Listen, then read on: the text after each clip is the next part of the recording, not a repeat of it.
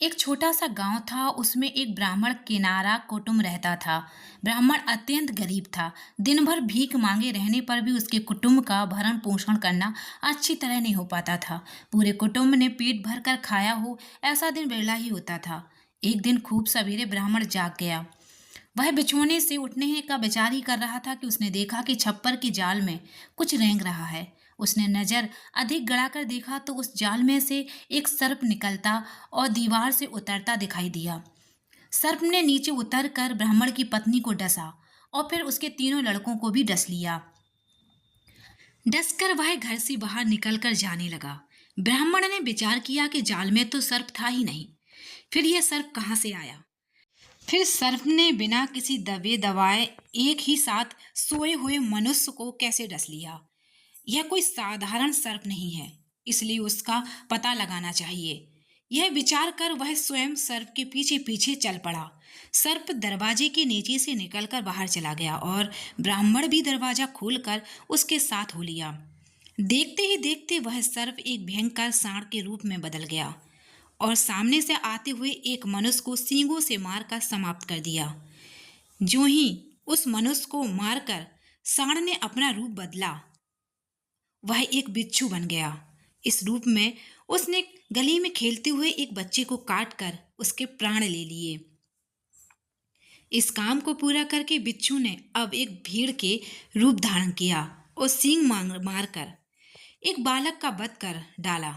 फिर वह भीड़ जंगल की ओर दौड़ा और एक बावली के पास पहुंचते ही सुंदर युवती बनकर बावली के रास्ते से दो सगे भाई जा रहे थे।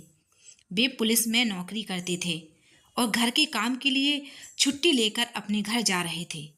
दोनों की दृष्टि उस युवती पर पड़ी और दोनों के मन में उसे प्राप्त करने की इच्छा जाग उठी। बड़े भाई ने कहा कि वह मेरी है और छोटे ने कहा मेरी। वे ज्यों ज्यों उस स्त्री के समीप पहुंचते गए, त्यों त्यों उनकी कामना अधिक से अधिक बढ़ने लगी। कामना का परस्पर अवरोध होने से उन्हें क्रोधावश हो गया। विवेक छोड़कर वे आपस में तू मैं करने लगे और परस्पर गालियां देने लगे। परिणाम यह हुआ कि दोनों ने तलवार खींच ली और लड़ते लड़ते दोनों भाई सबके सामने मर गए। इस कार्य को पूरा करके वह स्त्री वहां से उठी और जमीन पर सो गई तथा लौटने लगी। देखते ही देखते स्त्री अदृश्य हो गई और उसकी जगह एक बड़ा सर्प दिखाई दिया। सर्प बड़े बेग से नदी की तरफ चला। नदी के पास पहुंचकर वह जल में उतर गया। नदी के बीच में एक नाव जा रही थी। सर्प उसके पास पहुंचकर उस पर चढ़ने लगा। सर्प को देखते ही नाव के मुसाफिर भय के मारे इधर उधर दौड़ने लगे। नाव का वजन एक तरफ बढ़ गया और वह नदी उलट गई। सब मुसाफिर डूब कर मर गए। इस काम को पूरा करके सर्प वापस लौटा और जमीन पर आकर एक पंडित जी के रूप में बदल गया। वे सफेद दुकुल वस्त्र पहने हुए, गले में दुमुक्षा डाले और सर पर बड़ी पगड़ी पहने थे। उन्होंने पगड़ी में एक सुंदर पंखा खोसा था। इस स्वरूप को देखते ही ब्राह्मण ने उसके चरणों पर गिरकर उसके चरण पकड़ लिए। पंडित जी ने उसका हाथ पकड़कर उठाया। तब ब्राह्मण ने उससे पूछा, आप कौन हैं और यह क्या लीला कर रहे हैं? कृपा करके मुझे बताइए। पंडित जी ने कहा, समय से तुम मेरे पीछे पीछे चल रहे हो। मैंने जो कुछ भी किया सब तुमने अपनी आंखों से देखा है, फिर भी तुमने मुझको पहचाना नहीं। ब्राह्मण ने सिर हिलाकर अपनी असमर्थता बताई और समझाकर बताने के लिए पुनः पंडित जी से प्रार्थना। तब पंडित जी ने कहा, देखो मैं काल हूं। प्राणियों के स्थूल शरीर का नाश करने का काम ईश्वर ने मुझको सौंपा है, पर स्वयं कुछ नहीं करता।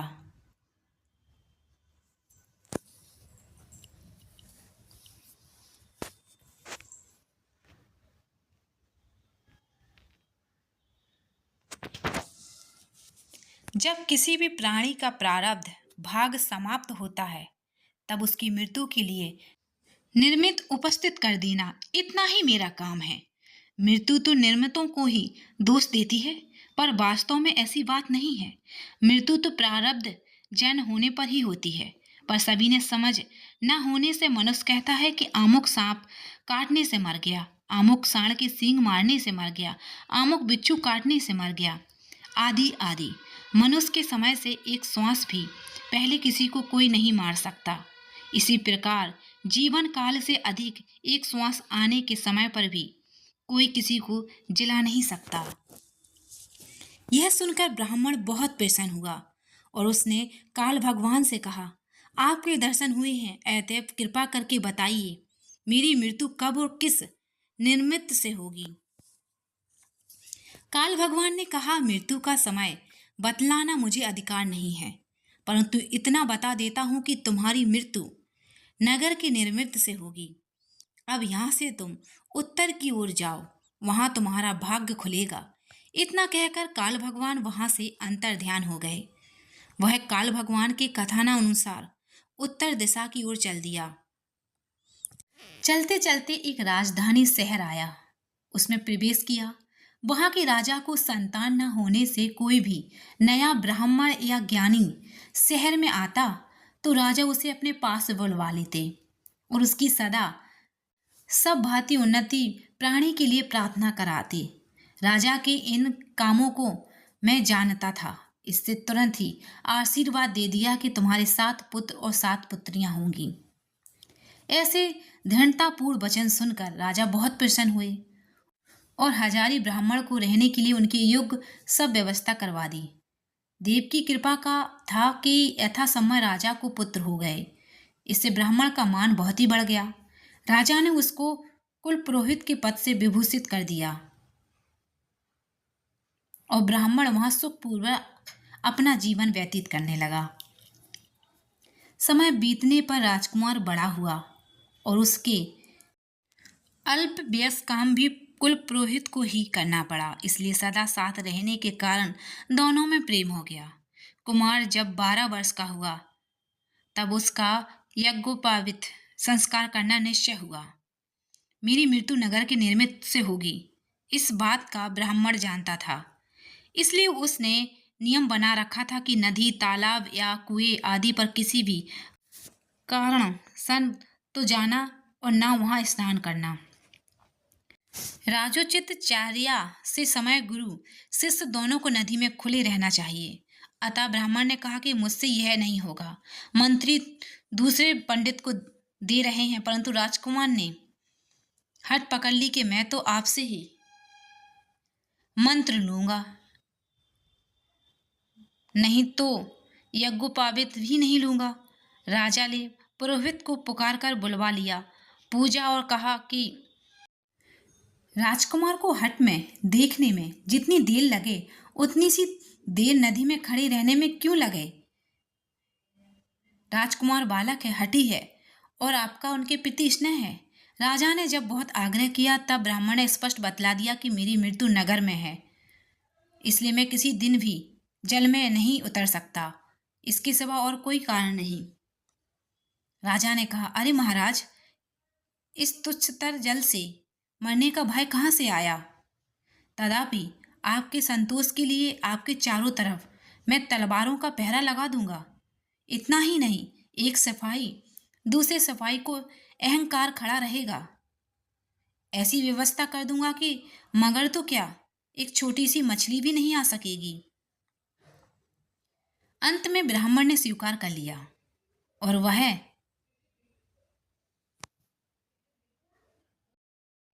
राजकुमार के साथ नदी में उतर गया। चारों ओर पहरा था, एक भीड़ को भी आने का अवकाश नहीं था। ब्राह्मण ने विधिवत मंत्रोपदेश दिया। इतने में वह राजकुमार मगर रूप में बदल गया और घुटने भर पानी वाली नदी में, जहां एक गड्ढा हो गया, और ब्राह्मण को पकड़कर वह मगर उस गड्ढे में चला गया। यज्ञ भी जितनी सावधानी रखी जाए, परंतु आयु पूरी होने पर मरना ही पड़ता है। हिरण्यकश्यप ने पूछा, इसके लिए कितनी सावधानी रखी थी और कैसे वरदान प्राप्त किए थे कि इस सिर वाले वरदान की मृत्यु का सिवा अन्य किसी के हाथ से मेरी मृत्यु ना हो, यह वरदान प्राप्त किया था, क्योंकि उसे निश्चय था कि कोई भी मनुष्य तो मुझे मार ही नहीं सकता। ऐसे बहुत से उदाहरण हैं, पर सभी को समय आने पर मृत्यु के मुंह में जाना ही पड़ा। कोई भी देहधारी कितना भी शक्तिशाली क्यों ना हो, वह सदा नहीं जी सकता, क्योंकि देह की मृत्यु का निर्णय तो उसके जन्म के साथ ही हो चुका होता है, क्योंकि आयु की मर्यादा पूरी होती ही है। प्राणी को शरीर छोड़ना ही पड़ता है, इसलिए समझदार मनुष्यों को ना तो अपनी मृत्यु से डरना चाहिए और ना ही किसी की देहधारी की मृत्यु होने पर शोक ही करना चाहिए।